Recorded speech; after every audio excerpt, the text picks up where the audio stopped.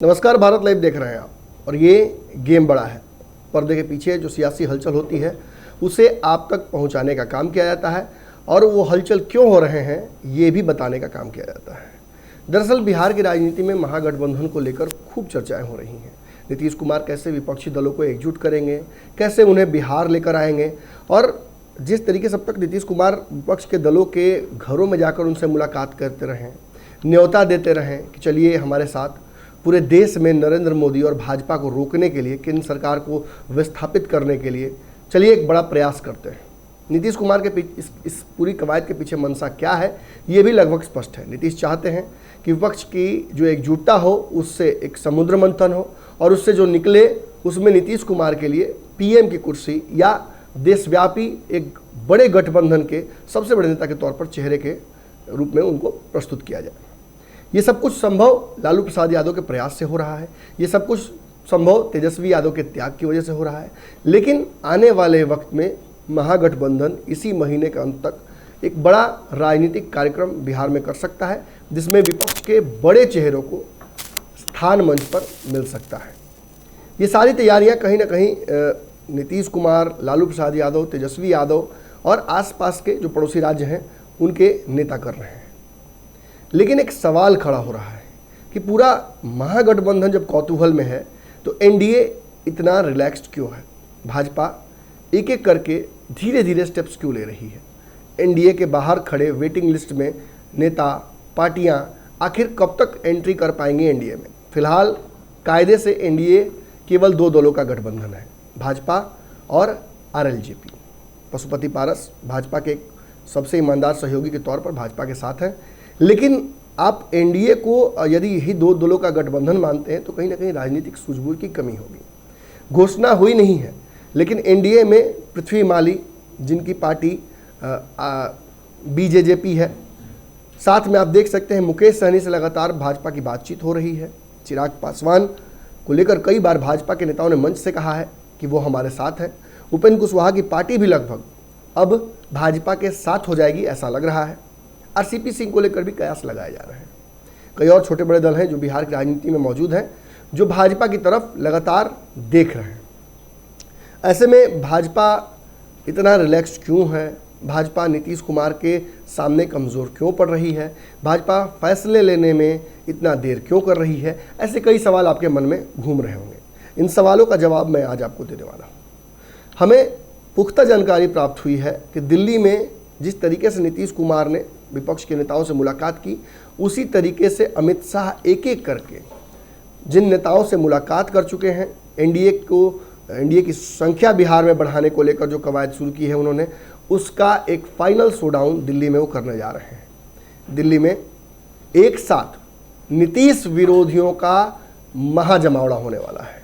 नीतीश विरोधी मतलब नीतीश कुमार के चेहरे को नापसंद करने वाले, राजनीतिक चेहरे को, नीतीश कुमार के क्रियाकलापों को नापसंद करने वाले, नीतीश कुमार के शासनकाल से असंतुष्ट, नीतीश कुमार के योजनाओं के विफलताओं से नाखुश, एक बड़ा नीतीश कुमार के द्वारा पीड़ित राजनीतिक समाज भी है जो बिहार में बैठा हुआ है। इन सभी को जुटाकर नीतीश कुमार के कोर वोट को चुनौती करके नीतीश कुमार की सारी राजनीतिक योजनाओं को विफल करने की तैयारी और एक ही साथ विपक्षी एकता को बड़ा चुनौती देने की तैयारी अमित शाह ने शुरू कर दी है। अब किन लोगों का नाम हो सकता है?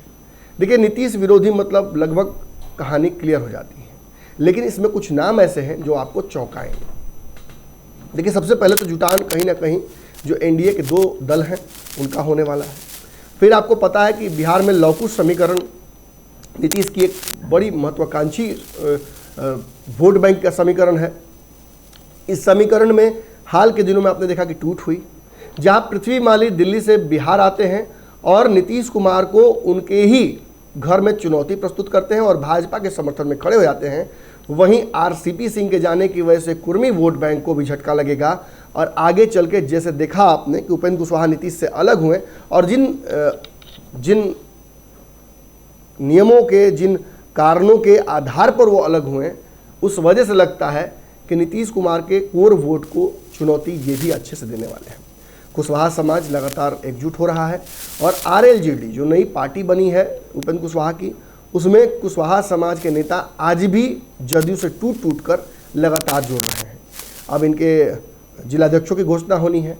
खबर तो ये आ रही है कि इसमें कई जदयू के वर्तमान लोग भी शामिल होने जा रहे हैं।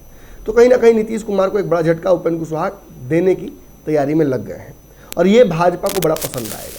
इसके अलावा नीतीश कुमार के जातीय समीकरण के नेता और भाजपा के फिलहाल बिहार के प्रदेश अध्यक्ष खुद मौजूद रहेंगे। सम्राट चौधरी कल ही दिल्ली में थे और इस दौरान उन्होंने इस पूरी तैयारियों का जायजा लिया और आने वाले समय में कैसे विपक्ष जो एकजुट बिहार में हो रहा है उसे कैसे चैलेंज किया जाए एनडीए से, इसकी तैयारी भी शुरू की जा रही है। कहीं ना कहीं चिराग पासवान भी इसमें शामिल है। खबर आई है कि चिराग पासवान को लेकर जो भाजपा अब तक आहापोह की स्थिति में थी उसे स्पष्ट करने का समय आ गया है। चिराग पासवान से बातचीत करके जल्द ही कोई रास्ता निकालने की तैयारी चल रही है। चिराग पासवान विभिन्न नेताओं से भाजपा के बातचीत कर रहे हैं और उन्हें उनकी शर्तों को एक बार फिर से सुनकर भाजपा बीच का एक रास्ता निकालने की तैयारी कर रही है। तो चिराग पासवान भी निश्चित तौर पर उस मंच पर मौजूद रहेंगे, लेकिन इस मंच पर कुछ चौंकाने वाले नाम भी हैं। अभी कुछ दिनों पहले आपने सुना था, हमने ही खबर आपको दी थी कि आरसीपी सिंह दिल्ली गए थे। आरसीपी सिंह ने दिल्ली में विभिन्न नेताओं से मुलाकात की, लेकिन कोई भी एक तस्वीर साझा नहीं हो पाई, कोई भी एक तस्वीर उनकी मुलाकात की सार्वजनिक नहीं हुई। वहीं उनके पीछे उपेंद्र कुशवाहा जाते हैं और उनकी मुलाकात की तस्वीरें लगातार अमित शाह से वायरल होने लगती हैं। खबर ये आई है कि आरसीपी सिंह की मुलाकात भी विभिन्न बड़े नेताओं से भाजपा की हुई है। पॉसिबली अमित शाह से भी वो मिले हैं और उनकी बातचीत भी भाजपा ज्वाइन करने को लेकर अपनी टीम के साथ हो चुकी है। आने वाले 10 दिनों के अंदर आरसीपी सिंह इस बार कन्फर्म भाजपा के साथ हो जाएंगे और उस नीतीश विरोधी मंच पर, उस एनडीए के बड़े मंच पर आरसीपी सिंह का भी एक बहुत महत्वपूर्ण रोल होगा। खबर आ रही है कि उन्हें इस संयोजन का टास्क मिल सकता है, यानी नीतीश कुमार अगर यूपीए के संयोजक हैं तो आरसीपी के संयोजक के तौर पर माफ़ कीजिएगा, एनडीए के संयोजक के तौर पर आरसीपी सिंह का नाम लिया जा सकता है। तो कहीं ना कहीं ये राजनीतिक तैयारियां एक तरफ चल रही हैं।